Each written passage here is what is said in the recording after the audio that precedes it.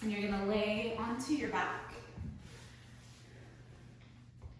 with the block between your knees. Rest your hands right at the junction of your thigh bone and your pelvis, so right at the hip socket.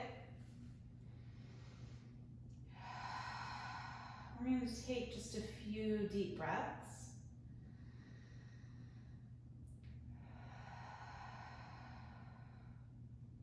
And in this first set of breaths, we're going to focus on inhaling and letting the body expand. And then exhaling and gathering the core, the abdominals in. Inhaling, expanding. And then exhaling, feeling, visualizing, drawing all of these abdominal muscles in towards the midline. One more time, in. And then as you exhale, navel coming in, thinking about pulling in from bottom to top. And then take a regular breath.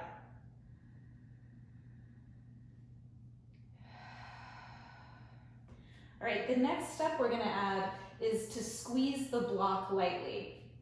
So this is where having your fingertips on your hip flexors or right at your hip socket where thigh enters pelvis is helpful.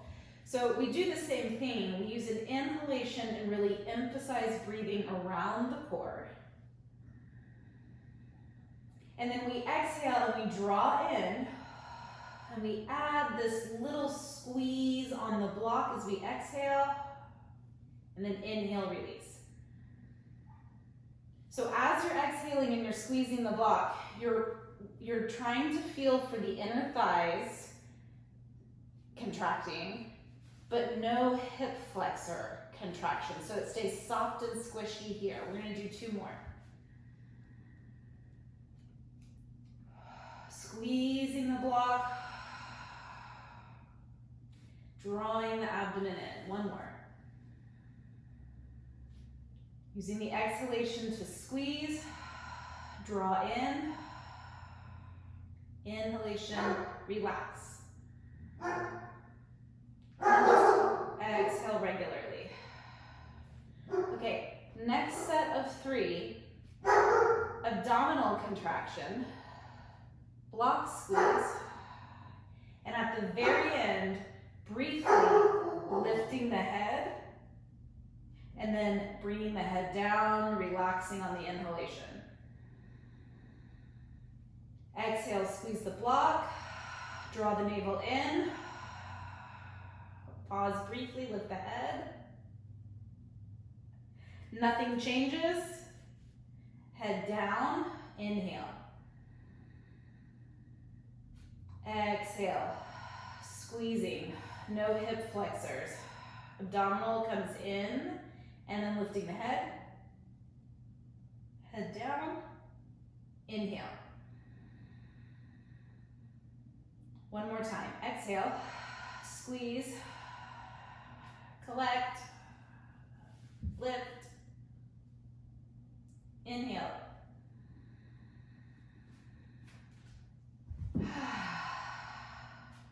So you could do this progressively. First, just activating the abdominals, pulling in, then adding the block squeeze, and then on the final set, lifting the head. Try doing each exercise for 3 breaths, and then adding the next element, the block, 3 breaths. And then adding the next element, the head, 3 breaths. Our next exercise is done on all 4s.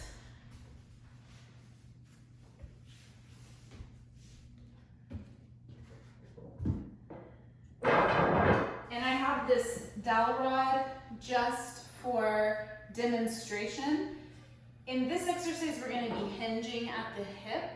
And what we're looking for is to stay connected in the core. So to take that block squeeze abdominal draw in, head lift, stability exercise, creating core stability, and then pair it with a hip hinging exercise. So this dowel rod, I can place it on the back of my head between my shoulder blades, so it's making contact with my upper back, and then at my hips. All three of those points are making a connection, and I can think about keeping that alignment as I hinge back and forward. Inhaling, hinging back. It doesn't have to be a big range of movement. Exhale, coming forward. One more time. Inhale, hinging back. Trying to maintain that alignment, going really slow. And if I lose that alignment somehow, then I'm gonna stop and make the motion even smaller and really control it. And then after I've done 4 or 5 of those, just fold back and rest in a child's pose. So you get that nice stretch. You don't have to worry about the alignment. That's not the goal here. Taking a few breaths there.